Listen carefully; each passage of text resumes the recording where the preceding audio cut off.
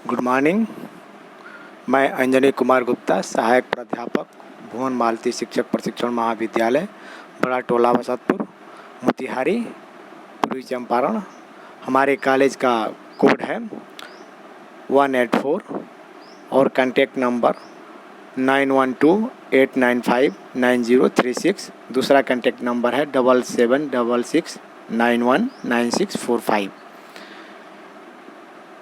मैं आज आप लोगों को आपकी बीएड कंबाइंड एंट्रेंस परीक्षा में पूछे जाने वाले सामान्य हिंदी के अंतर्गत रस विषय पर चर्चा करेंगे कि रस क्या है और रस के अंग कौन कौन से हैं और रस के भेद कौन कौन से हैं। तो सर्वप्रथम हम बता दें कि रस शब्द की उत्पत्ति जो है रस और अच के योग से बना है, जिसका कोशगत अर्थ सार है। इस शब्द का पहला प्रयोग आचार्य भरत से पूर्व आचार्य नंदिकेश्वर ने किया। आचार्य भरत रस निष्पत्ति के प्रथम व्याख्याता हैं। आपसे क्वेश्चन पूछ सकता है कि रस निष्पत्ति के प्रथम व्याख्याता कौन है, तो आप आंसर दे सकते हैं कि भरत हैं। तो इस प्रकार से ज़्यादातर देखेंगे तो उपनिषदों में ही रस का वर्णन हुआ है और इस पे अलग अलग अपने शिक्षा शास्त्री जो हैं अलग अलग वर्णन परिभाषाएँ दिए हुए हैं। वैसे आचार्य दंडी ने लिखा था वाक्स्य ग्राम्यता योनि माधुर्य दर्शितो रस। इसी प्रकार आचार्य वामन ने लिखा कि वाक्यम रसात्मक काव्यम, अर्थात रस पूर्ण वाक्य ही काव्य है। आचार्य भरत ने नाट्य शास्त्र के 6ठी अध्याय में कहा कि नाटक को देखने से जो आनंद मिलता है वही रस है। इस प्रकार से हम रस की अलग अलग अपने लोगों ने सभी ने नाम सुना होगा आचार्य शुक्ल जी का। उन्होंने ये कहा कि जो है लोक के हृदय में लीन होने की दशा रस दशा है। इस प्रकार उन्होंने आगे ये भी लिखा कि जिस प्रकार आत्मा की मुक्तावस्था ज्ञान दशा है, उसी प्रकार हृदय की मुक्तावस्था रस दशा है। आचार्य भरत ने भी रस की परिभाषा में कहा कि विभाव, अनुभाव, व्यवहारी चारी भाव से रस की निष्पत्ति होती है। अब हम बात करते हैं कि रस के अवयव या अंग कौन कौन से हैं, जिसे हम पहचान लेते हैं। जब हम लोग हमारे सामने क्वेश्चन आता है, उदाहरण आता है, तो हम लोग पहचानते हैं कि इसमें कौन सा रस का वर्णन किया गया है। तो उसके लिए इन अंगों को जानना जरूरी है। जैसे रस के 4 प्रमुख अंग हैं: विभाव, अनुभाव, संचारी भाव और अस्थाई भाव। विभाव से तात्पर्य यह है कि विभाव को विशिष्ट रूप से व्यक्त करने वाले विभाव कहलाते हैं। इनके 2 भेद हैं, आलंबन, उद्दीपन। अब क्योंकि इन्हीं के द्वारा ही हम रस को पहचान कर पाएंगे। अगर इसको हम नहीं पकड़ पाएंगे तो हम रस को पहचान नहीं कर पाएंगे। जैसे आलंबन और उद्दीपन। आलंबन से तात्पर्य है कि आलंबन का शाब्दिक अर्थ है आधार या सहारा, जिसके ऊपर उस भाव का उत्पन्न होना अवलंबित रहे, उसे अवलंबन कहलाता है। जैसे हम उदाहरण दे रहे हैं आप लोगों को कि लक्ष्मण मूर्छा के समय राम उन्हें गोद में लिए बैठे हैं। अब यहाँ लक्ष्मण आलंबन है, जबकि राम शहीद वानरी सेना आश्रय है। अब आप सोचेंगे आश्रय क्या है, तो आश्रय जिसमें रस जागृत होता है वो आश्रय है। जो आलंबन के प्रति प्रदीप्त होता है वो आश्रय है। यदि नायिका आलंबन है तो नायक आश्रय है। और अब दूसरी बात आती है उद्दीपन की।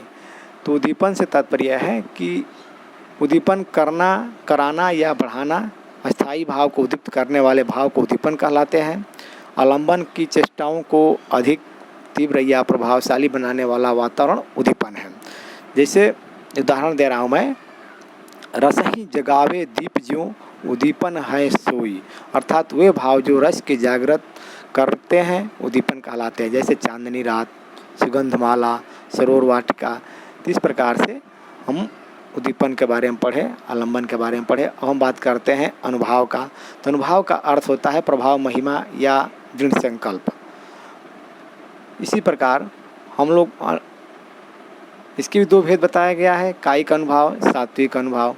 तो कायिक अनुभाव से तात्पर्य यह है कि आश्रय द्वारा आलंबन को प्रभावित करने के लिए या उससे प्रभावित होने वाले परिणाम या परिणाम स्वरूप प्रयत्नपूर्वक नई की गई चेष्टाओं को कायिक अनुभाव कहते हैं। जैसे खाने पीने की चेष्टा करना, चिल्लाना, भाग जाना। और सात्विक अनुभाव से तात्पर्य है कि वे भाव होते हैं जो सत्य से स्वतः उत्पन्न होते हैं। इनके 8 भेद हैं: स्तंभ है, बेपथु है, स्वेद है, वैवर्ण्य है, रोमांच है, अश्रु है, स्वर है, अभंग है, स्वरभंग है, प्रलय है।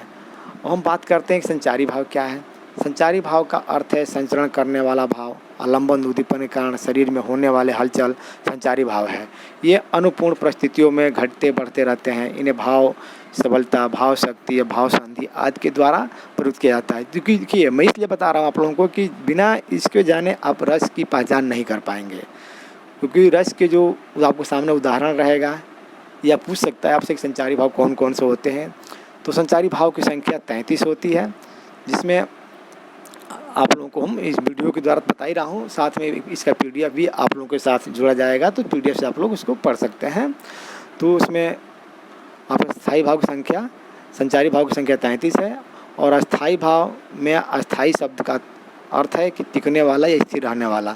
जो भाव चिरकाल तक चिंतन में रहता है उसे अस्थाई भाव कहते हैं। अब हम बात करते हैं कि भरत मुनि ने 8 रसों का वर्णन किया, जिसमें 8 अस्थाई भाव का वर्णन किया, जिसमें निर्वेद को अस्थाई भाव की मान्यता नहीं दी गई थी। जैसे हम बात करते हैं जो रस का वर्णन का पढ़ना है हमको, इसमें श्रृंगार रस के बारे में पढ़ेंगे हम लोग अगली कक्षाओं में, हास्य रस के बारे में पढ़ेंगे, रौद्र रस के बारे में पढ़ेंगे, करुण रस के बारे में पढ़ेंगे, विभत्स रस के बारे में पढ़ेंगे, भयानक रस के बारे में पढ़ेंगे, वीर रस के बारे में पढ़ेंगे, अद्भुत रस के बारे में पढ़ेंगे। अब देखिए यहाँ पर अस्थाई भाव, इसमें हम कैसे पहचानते हैं।